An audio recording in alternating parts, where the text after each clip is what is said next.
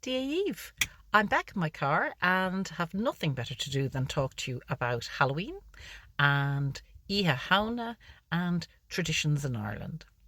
So, one big thing that happened on Halloween night as people visited each other's houses was the telling of ghost stories. Now, my dad was often the city kid in the 1930s, 1940s, sent out to his family's farm in Wicklow. So he had a fund of these stories that he heard literally at his cousin's knees and his auntie's knees. So there were many different forms of them. There wasn't just one type of ghost story, but one really popular one is the story of the ghost funeral. You'll find it in duchas.ie, you'll find variations on this theme, but the story, as it was told in Wicklow, would always go.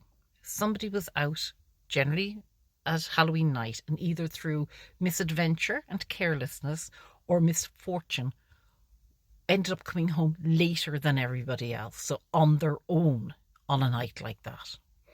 And as they walked along the road, they would hear the sound of a funeral procession. Now, sometimes they would hear it, but not be able to see it, just know it's there somewhere. Or they would see a procession come towards them. Now, in Ireland of the time, you always stopped for a funeral procession and showed respect.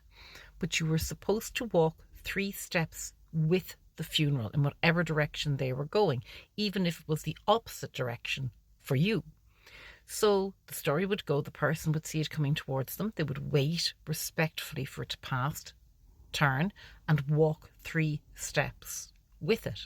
And as they did, they would usually look around and realise that they knew nobody. These were complete strangers, even though they were close to home. So who were these people, and why was a funeral procession happening in the middle of the night?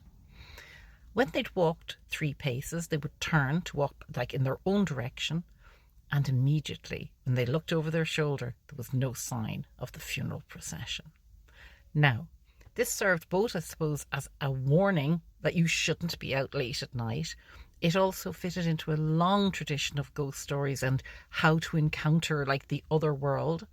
It also showed a belief in the continuation of life and existence, like that we can't even understand in the other world. Sometimes people saw these as the funeral procession, perhaps of otherworldly entities. Sometimes they were counted as the funeral procession or ghostly procession of souls that maybe hadn't crossed immediately. But whatever way, you have to be careful. Iahauna, stay in and avoid any funeral processions that you see. Just show them respect. Bye.